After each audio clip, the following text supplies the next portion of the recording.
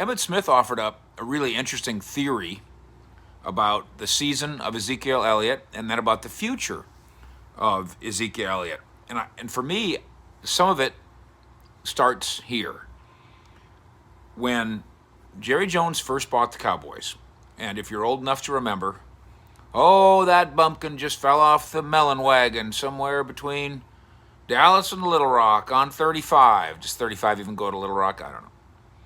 Oh, he's crossed the river and all that, wrong side of the river. And then came the Landry thing, which everybody in town wanted to do, including previous ownership and Tex. And in fact, previous ownership and Tex, once they all sat down and got the deal done with Jerry, said, we'll go down to Austin. Tom's on the golf course. We'll go down to Austin and we'll inform Coach Landry. And Jerry goes, no, I'll do it. I'm the owner. No, Jerry. And again, if you're old enough to recall that, you talk about getting off on the most wrong foot. Jerry should have purchased the Cowboys after Tex dismissed. In fact, not dismissed. He could have just retired him. They should have retired Tom. It would have saved Tom. It would have prevented martyrdom, which is never fun when it's just martyrdom's like, I guess, good in the movies and the Bible, but it's never good in real life. Not that movies and Bible aren't real life, don't get me wrong. And it would have not made anybody a bad guy, because Tex, brilliant marketing genius that he is, Tex would have made it a happy thing that Tom and Alicia get to go off in the sunset together, Mr. and Mrs. Cowboy forever. Nobody got fired. Nobody was mad. Nobody packed up their box and called the media in to watch him as he packed up his box and took his cardboard box out of the office. It was a weird poor me. And it was set up, frankly, by Jerry's insistence, maybe because he's jocks and socks, or maybe he just thought it was the manly thing to do. So Jerry fires Tom Landry. Now Jerry is forever known as the man who fired Tom Landry. Bad luck, Jerry, even though it wasn't really you. It was it. So Cowboys being the Cowboys and the tradition that they are, and the foundation of Dallas that they are in so many ways, who steps in to offer an olive branch, to tell the world this is going to be okay? Let's leave Jerry alone. Let's watch and see what happens. The great Roger Staubach. And not that Don Meredith might have not done it before, maybe he did, I don't know. But that also became a tradition of Staubach then saying, this Aikman kid, he's great. And then along would come the next quarterback, and Staubach would say, he's great too, whether he was or not. And then once Aikman was done, he would say, he's great. So Aikman was supported by Roger, and then Aikman and Roger supported Romo and Quincy, actually. And along comes Dak, and now everybody's saying great things about Dak, led by, of course, Staubach, and then Aikman. So it's a tradition. And the Cowboys, this is a really cool thing if you think about it. It's subtle in so many ways, but their incredible history of talent, this is why there's the 88 Club, or as somebody should have thought to call it, Club 88, which sounds so much better. Drew celebrated the next 88, Michael. Then along came Antonio Bryant, and they tried to celebrate him. Then along came Des Bryant, and they did celebrate him. And now along comes C.D. Lamb, and all the 88s love him being in the club. It's awesome, supporting the next generation. And at running back, yep, same deal. Really cool. Tony to Emmitt to a few different people, but DeMarco Murray got the good treatment, and then DeMarco gave Zeke the good treatment. And now here's our old friend Emmitt given Zeke the good treatment by saying something that I think is really interesting. And you tell me, is he just defending the chain? Because that's the way they do it in cowboy country? Or does he have an interesting and maybe even real point? So Emmitt goes on a podcast a couple days ago and says, he kind of said that, he almost said Zeke's going to be better than ever, but I think what he really meant was, we haven't seen the last of Zeke. We haven't even, he said we haven't seen the best of Zeke. Now, I don't think he meant that Ezekiel Elliott next year is going to be better than he ever was. It's possible. It's possible that he meant that, and it's possible that he is. But I think what he was saying is, this last season is not the real Zeke. The real Zeke still has gas in his tank. We're going to see the real Zeke next year. And then Emmitt explains why. And he says, COVID. And he reminds us that Zeke had that bout in the offseason with COVID. Now, it was early enough in the year. It's not like he had COVID at training camp. He didn't have COVID when he fumbled against the Falcons in week 2 or whatever.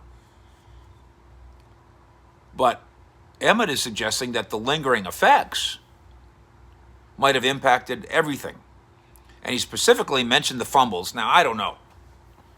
I don't know. I brought this up earlier to some guys who are like, the fumbles are the fumbles.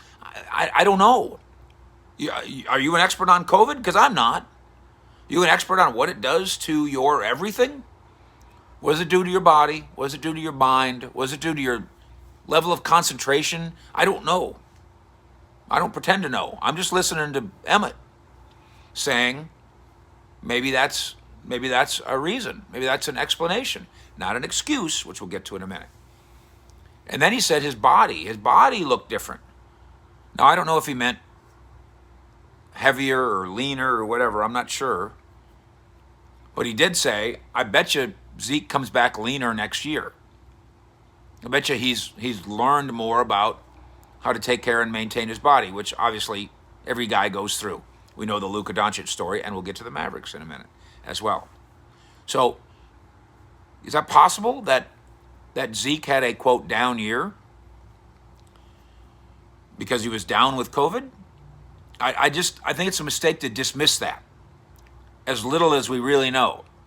And then you look at the Dallas Mavericks, and they've got the 4 guys involved with COVID problems. Mark Cuban comes out the other day and says, some people don't understand this. They spent 3 weeks, in a room by themselves. Can't go shoot with the fellas, can't go do anything. They're in a room. They're quarantined. They're in a room by themselves. They can do push-ups and jog in place in their room. That's what they get to do. It's psychologically torturous, and then physically again. And if you know somebody that's had COVID, you know what I'm talking about. It can just be, I can't even get up.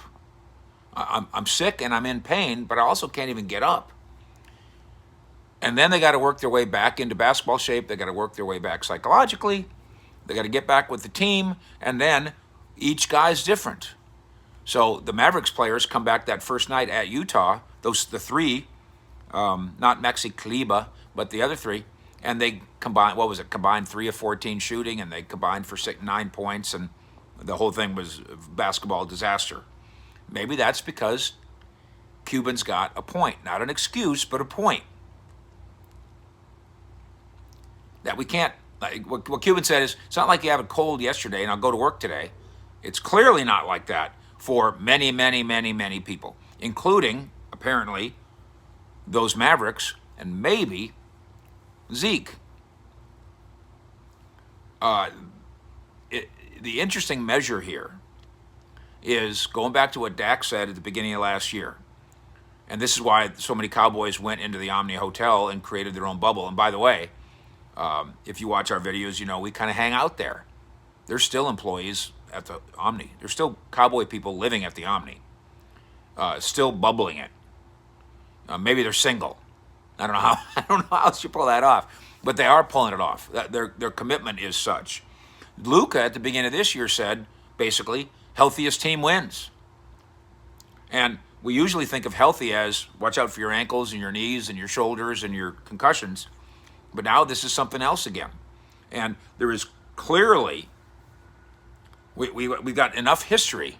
If you get a high ankle sprain, we know. High ankle sprain, I write, could be 4 weeks. Right? Concussion, I write, could be out a week. It's our easy, educated guess. COVID, when's he going to be over it after the quarantine? 10 days, 14 days. When's he going to be over it? Well, Emmitt Smith is telling us, and Mark Cuban's telling us, that one is not as easy to predict. Let's talk about what we think Ezekiel Elliott's going to do in 2021. Give me back Tyron, as long as he wants to be here. Give me Lyle Collins. Lose some weight, Lyle Collins. Learn your lesson. Zach Martin's fine. I've got 3 Pro Bowl caliber guys in my offensive line. That's more than anybody else has, along with the weapons at wide receiver, along with what we've now learned about these tight ends, and along with the quarterback, Dak. 2 quick notes there. The big headline today: Cowboys may franchise tag Dak again.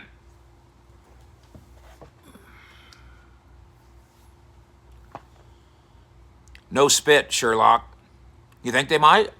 Think that's possible? Yeah. Yeah, it's possible. Golly. And what was the other one? I guess I forgot the other one. Big screaming stupid headlines about may grow dark in evening in Frisco. Exclusive report at 11. May grow dark. Healthiest team wins.